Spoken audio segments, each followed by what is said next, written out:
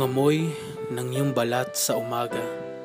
Nananabik na ika'y makasama at malamang ikaw ang unang makikita ng matang sanay na sa iyong presensya.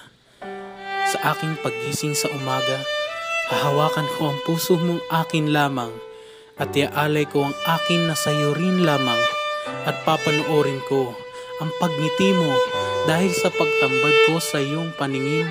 Alam kong ako ang iyong lakas at ika'y akin. Kaya't ginugol ang pananabik sa pagmamahal sa sarili na buhay para sa inang bayan at kinalimutan ng kirot na nadarama.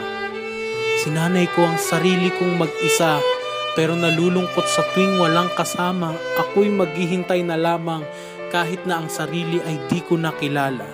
Ang dami ng sinayang na panahon, ang dami ng balakid na itinaboy.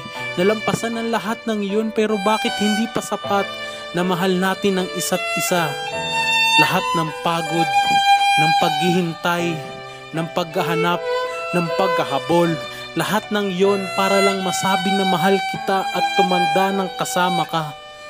Sa huling araw, sa huling oras, minuto at segundo, magdadasal akong muli para sa ating huling pagkikita at sasabihing mahal pa rin kita hanggang sa huli.